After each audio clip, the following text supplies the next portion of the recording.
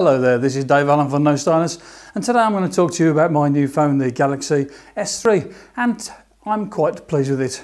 And things I like about it, well, a nice big screen of course, and it's got lots of different ways of starting applications. So there's one where I can swipe them in from the side and run two applications on the screen at the same time, which is kind of nice. Haven't really done that much yet, but it's possible.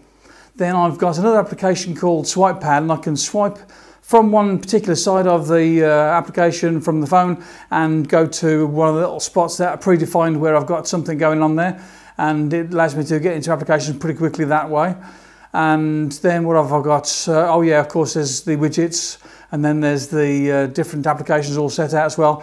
I've got a nice home screen setup where I've got all my stuff that I need for when I'm at work. So I've got the clock on there so I can set alarms.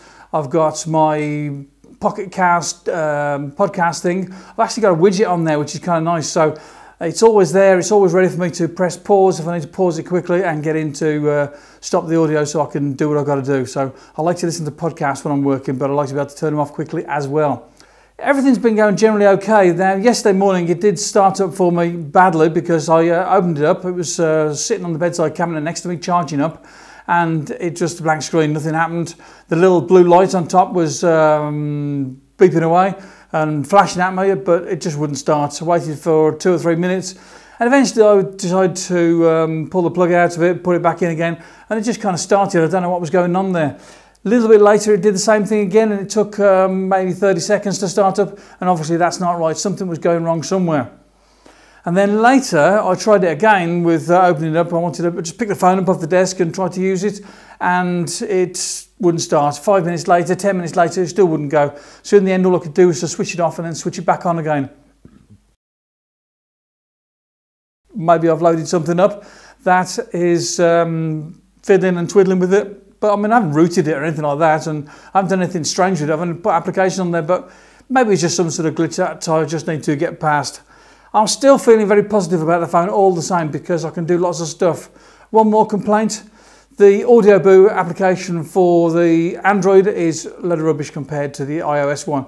With the iOS one I can send stuff off, and sometimes it takes a while for it to go, but eventually they go. With this one here, I don't know what's happening with it. I get to certain stages and then there's no feedback to let me know whether the podcast of AudioBoo that I've just recorded is going or not, and I have to kind of guess, and sometimes I think it fails completely and doesn't send the AudioBoo off to the website. I've tried a few different email applications. I've got one called K9 which I'll be able to use with encryption when I work out how to make that work. I think I'd rather have the encryption the way that I was using with the IPG mail that I was using the other one on the iPhone, because that worked very well, but I'll find something that does GPG on this one anyway. There are applications there that will do it.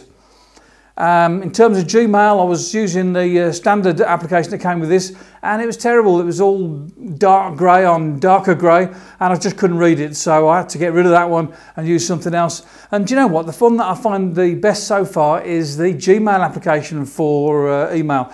It's got some nice little icons on there, good clean interface, and it is just pleasant to use. I can easily sort of swipe emails off to one side and off they go to be archived. That's kind of nice.